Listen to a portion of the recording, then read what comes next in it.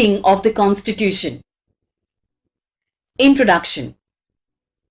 The textbooks of political science till now have helped us to take an overview of local government, the values and the philosophy of the Indian Constitution, as also the governing structures created by the Constitution and India's place in international relations. The Indian Constitution has declared its objective to establish a secular, democratic republic.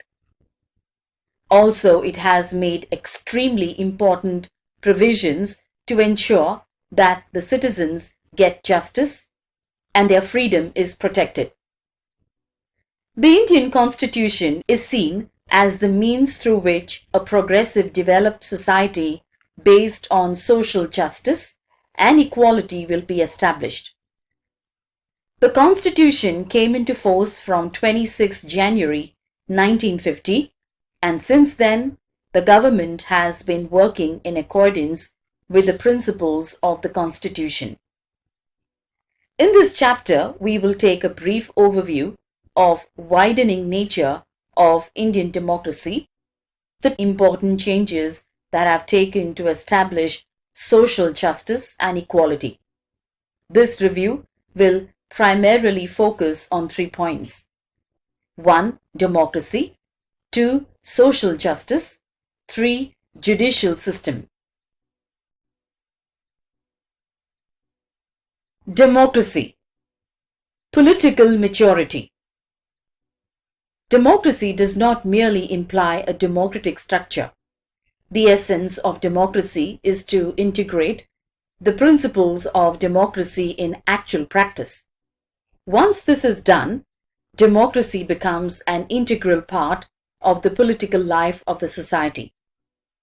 Accordingly, the Indian people have direct representation in the parliament, state legislature, and local government. The increasing participation of the people in the political process and political competition shows that Indian democracy has become successful to a great extent. Holding free and fair elections at regular intervals are an important indicator of India's successful democracy.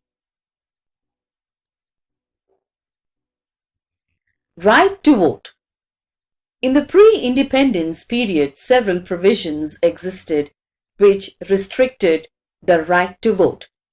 All such provisions are cancelled after independence, and the Indian Constitution guaranteed adult suffrage by giving the right to vote equally to both men and women above the age of 21 years.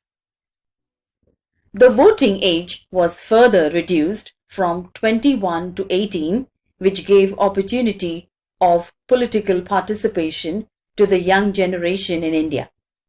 Such provisions have made India the largest democracy in the world. India has the largest number of voters compared to any other democratic nation. This change is not only quantitative but also equalitative, as new political parties are emerging with the active participation of these young voters. These parties represent the different expectations of people and at the same time lead to further competition in political sphere. Decentralization of democracy. Decentralization of power is central to democratic government.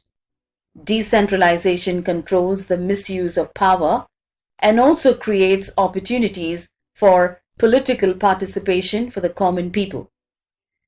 The directive principles of state policy includes the provisions for democratic decentralization. One such important provision is regarding empowering the local self-governing institutions, which will make democratic governance a reality. After independence, several attempts were made for democratic decentralization in this direction. One such important attempt is the 73rd and 74th Amendment to Indian Constitution in 1992, which gave a constitutional status to local self-governing institutions and also increased their powers. Right to Information, RTI 200S. Citizen empowerment is the essential condition of democracy. It is necessary to create opportunities for citizens' anticipation and interaction with government. There should be minimum gap between the citizens and government.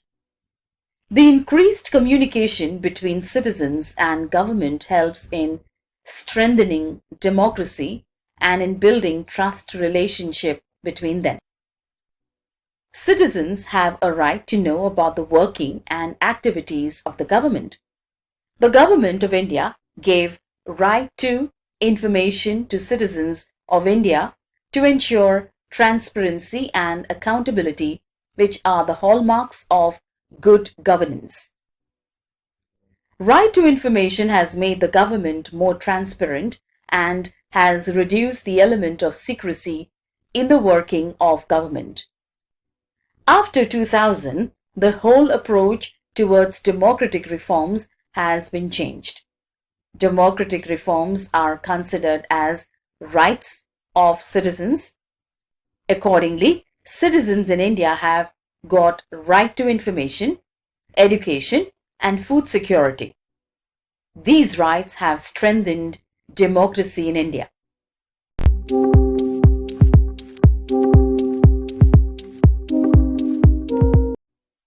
Social justice and equality. Social justice and equality are the important objectives of our Constitution. The Constitution has given the guidelines to establish a new society based on these two values. We are following the path laid down by our Constitution to achieve this goal. To establish social justice is to remove those social conditions which are responsible for injustice, insist on the equality of dignity all individuals. The principles of justice and equality aim at ending discrimination in social status as superior or inferior on the basis of caste, religion, language and gender, place of birth, race, property, and giving equality of opportunity for development to every individual. To establish justice and equality, efforts need to be made at all levels of society, but the efforts made by government and its policies have more importance. For democracy to be comprehensive, we must try to bring all sections of the society into the mainstream. Democracy is in fact a process of accommodating different sections in society. Democracy helps in reducing social conflicts. Let us take a review of the efforts made in India in this direction. Policy of reservation of seats. Policy of reservation of seats is meant for those sections of society who have been deprived of the opportunities for education and employment for a long period.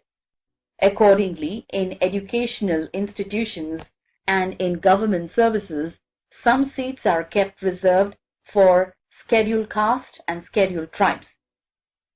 There is also a provision of reservation of seats for other backward classes.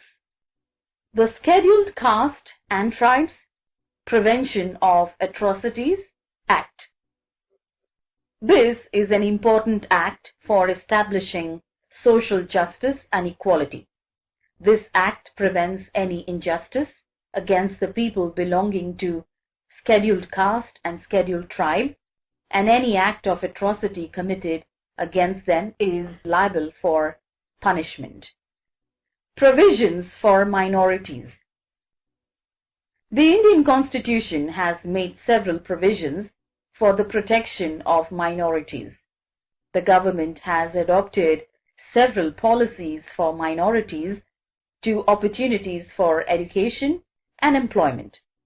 The Indian Constitution prohibits discrimination on the basis of caste, religion, race, language, and region. This is a comprehensive provision for minorities which fundamentally protects their right to equality, freedom, right against exploitation, and cultural and educational rights. Laws relating to women and provisions for representation. In the post-independent period, efforts were made for empowering women. Taking into consideration the problems of women, several policies have been adopted at national and international level to remove illiteracy among women and to make available the opportunities for their development. Right to have equal share in the property of father and husband, Dowry Prohibition Act, Act Against Sexual Harassment, Domestic Violence Prohibition Act are some important provisions which created favorable environment for protection of freedom of women and securing their development. In our country, from the very beginning, women have less representation in politics and political institutions. Many countries in the world have made efforts to increase representation of women. From this perspective, changes are taking place in India as well. The 73rd and 74th Amendment reserved 33% of seats for women in local self-governing institutions. This percentage has been raised to 50% in several states, including Maharashtra. A National Commission for Women has been established. Similar commissions also exist at state level. Role of Judiciary. The judiciary in India has played an important role in strengthening democracy and helping to make towards achieving the objectives of social justice and equality. While interpreting the provisions of the Constitution, the judiciary has always taken into consideration the fundamental objectives of the Constitution and also the intentions of Constitution makers. We will try to understand the contribution of judiciary in this regard with the help of the following points. 1. The basic framework of the Constitution. Constitution is dynamic. It is a living document. Constitution has to change according to changing conditions and Parliament has a power to make those changes.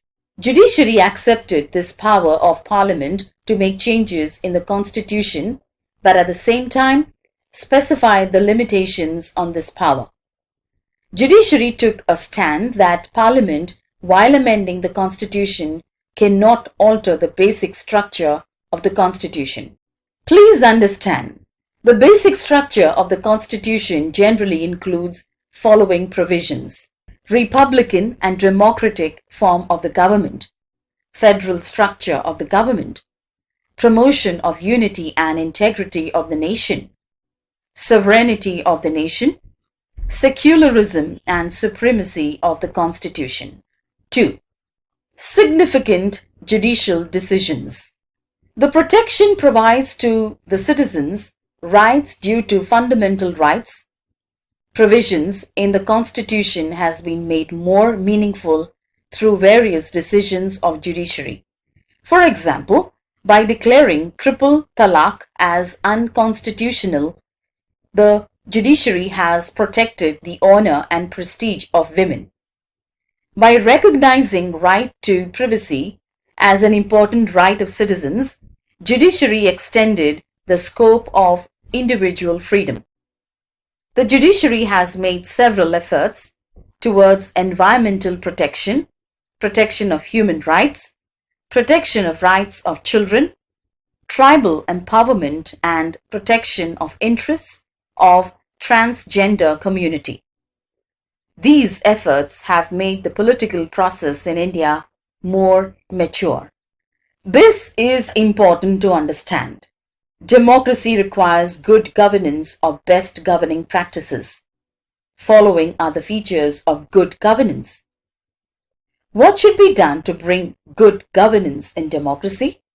Accountable or responsible government, effective and efficient government, responsive government, transparency in working of government, just and all-inclusive development, people's participation in governing and decision-making process. Conclusion.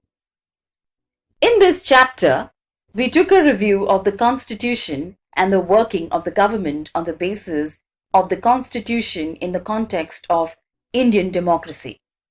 There are many challenges before India's democracy. Government's acts and policies have not put an end to all the problems. There are several new problems confronting us. However, what is important is people in India have developed democratic mindset. In next chapter, we will study the election process in India.